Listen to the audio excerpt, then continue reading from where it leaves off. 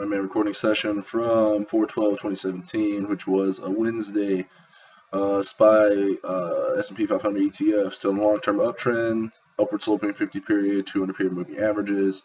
Intermediately, we are in sideways choppy action after an exhaustion gap at all-time highs. So we're still just kind of going sideways since this widest range day through a prior support level, just kind of chopping sideways, looking really just to break out of this larger range. So kind of that's really the range right there. So just looking for breakout there.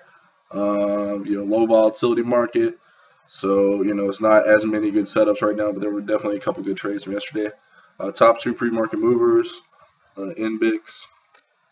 So INBIX is biotech's hot sector. No real daily chart setup here, just kind of going sideways on the daily. Gap up near 52-week highs in the pre-market, which I swear, damn pre-market. Anyway, huge gap in pre-market. So number one is like I really don't want to, it's not a monstrous gap. Like there have definitely been other gaps, so about 25% gap. Not what I want to be messing with. BlackBerry, RY, not bad, yeah.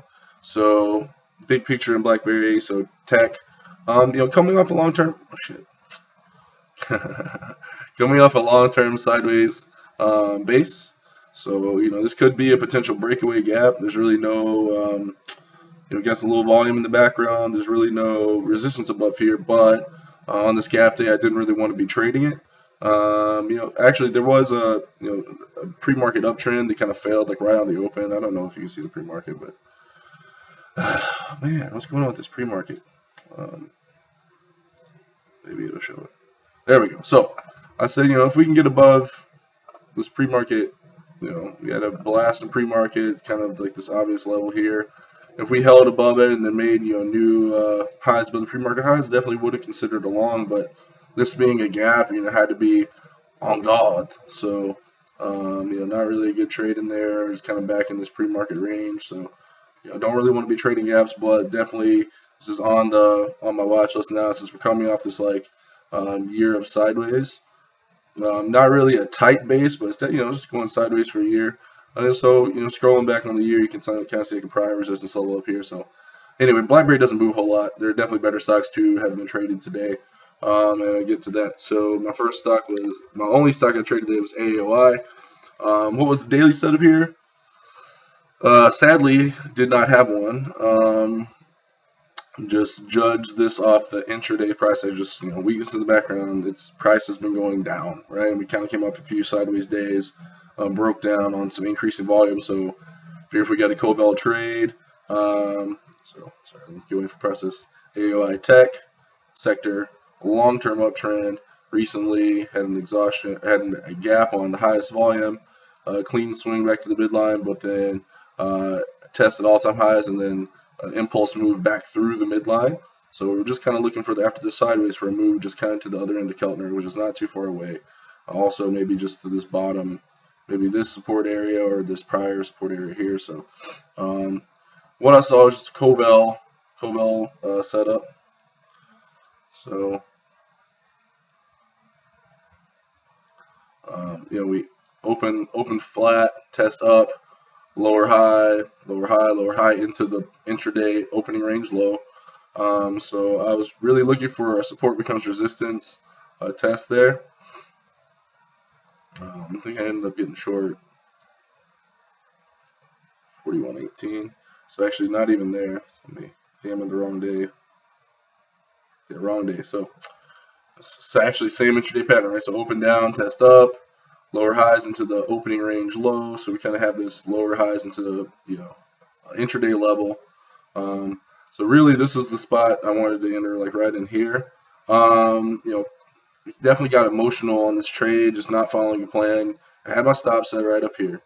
So I took profits like really quickly just because I know the market's kind of choppy right now, but I just wanted to lock in some profits. Kind of saw like some absorption coming in on these bars coming down. But then, I felt like I was missing out, so I jumped right back into the trade and didn't have my stop at a really good spot, just like kind of right above this bar when clearly like VWAP is the better stop. So reduce share size or something. If I'm gonna get back in this trade, but the prior support becomes resistance trade only works if we have like an intraday level like this one, right? Or like a longer term level. And I keep doing this, I keep seeing that. So just something to improve at is like not taking the support becomes resistance trade unless I have like an obvious intraday level or longer term levels to work off of. So that's the only time I can use that entry. So, actually the spot where I exited that is the perfect place to enter. And then lo and behold, nice clean swing down. Probably could have gotten out somewhere in here, for a nice little chop. But the one that I am upset about, not upset about, is because I saw it happening and I thought I had an alert set there, was Tesla. So Tesla is a auto manufacturer. It makes electric cars, 52-week highs, so long-term uptrend. Coming off a 4-day sideways, gap up to all-time highs. So we got below the prior days, or the all-time high low yesterday. And what I noticed was this intraday level. Maybe you can see it better on the 2-minute chart. So just kind of like we had touched twice right here. And then intraday we opened down, tested up, but we had touched this level again. We touched it again. So I just kind of marked that level on the chart, and I thought I set an alert there. But, I didn't. For whatever reason, I didn't see it. But this was like the perfect, multi-day level now. So going sideways over the level, could have shorted right in there. Could have shorted as price made a little window, held right up against it, looking there. I don't know if this is, I definitely saw this little flag happen later in the day. I think I got to throw on a trade in this because it was such a good, Covel. The entries worked. Like the big picture is we're coming. We didn't continue at all-time highs, and it got a nice intraday level, and Cove was working well. So, got to throw in a trade in here. I really didn't want to just go chasing this though because I missed the excellent entry. So I hope that's me being willing to, say I'm willing to let it go down without me because I missed the optimal entry, and I'm only taking A+ setups, especially when I don't have a sweet daily chart setup. So, or this could be an excuse that I missed an awesome trade. Like here's another intraday level, so support becomes resistance, but I was in bed by that time. Okay, so Tesla was definitely the trade not to miss today. Other couple good ones were Ziops, penny stock, pharmaceuticals. Just kind of going sideways, no really daily chart setup except for this technical level around this psychological $7 level. There's a little volume in the background, so intermediately, we just kind of had this multi-day level.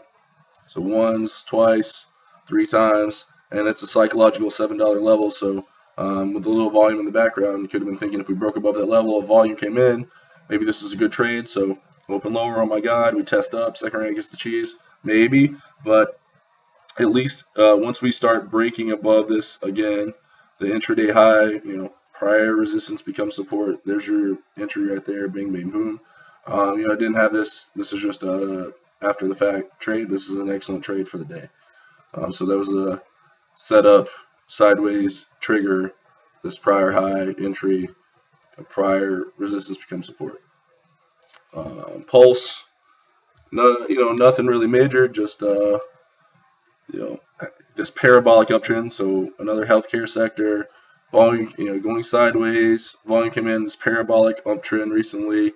Got to the all-time highs in a couple of narrow range days and broke out strongly through the midline. So that's change of character. So we're looking for the first pullback through the midline is the anti-trade. Once we get below the prior day's low, so it's had the prior day's low marked. Could have been looking for any shorts. So, open up, go up, failure, kind of double top, whatever. Come back to the prior day's low, touch it once, touch it twice, touch it 3 times a lady, making lower highs into the level. Could have paid the breakout, could have shorted this pullback. It's a little illiquid. It's not my favorite trade, but just like the principles of like the weakness in the background, plus the multi-day level, plus the lower highs into the level, plus the higher open, plus this little pullback. So like, there's all kinds of reasons you could have been shorting Pulse. And that'd have been a nice little chop. So, I have to go to work very, very shortly. But the other setups, LL, still on my list. So what we got is a, uptrending stock with it's a long-term uptrending stock. LL's consumer cyclical. recent volume, impulse, momentum thrust on volume, back into Keltner. Range is narrowing up. It's kind of waiting for the break of this trend line and the support level just kind of to meet up. So we're feeling like we might break out soon, but I don't know. I've got an alert set above 2240, which is really my level that I'm looking to trade because it doesn't really look like there's any interest to the downside. We would have broken out there yesterday. BABA is kind of like we rejected off the the all-time high 3 times. So I guess we're in a long-term uptrend. We're still making all-time highs. Intermediately, we're at an all-time recent uptrend. Broke out to all-time highs on this day. So still we're in Keltner. We have rejected the prior all-time highs. Once, twice, 3, 4 times now at this level. But if we break up above there, there's no reason to say that price can't go higher above 117.75 or 111.75. And ESPR, so uptrending stock, 52-week highs. This is a biotech. We like biotechs are in play. Intermediately swung up back to the midline. Went sideways to the midline, broke out on increasing volume, couple narrow edge days sideways. So really get above this like $40 psychological level. Could set up for a good trade. Maybe could look a little earlier above this like 39, really $40 is the level. J-Dust, just J-Dust is a gold ETF, just long-term downtrend going sideways or to down. It's kind of been going sideways near the low, so I'm not saying this is a good break, but just it's in this range, and now we're back to the low again. So if we break down to the all-time lows in J-Dust, could be looking for Coldwell shorts. That's a setup trigger would be to get below, this level. Ideally, the all-time low is like 11.75, so below 11.75 would be the ultimate trigger. So below there, looking for Coldwell setups. Anyway, I'm running late for work. I got to go. I'll shoot you some more setups if I find some good ones later.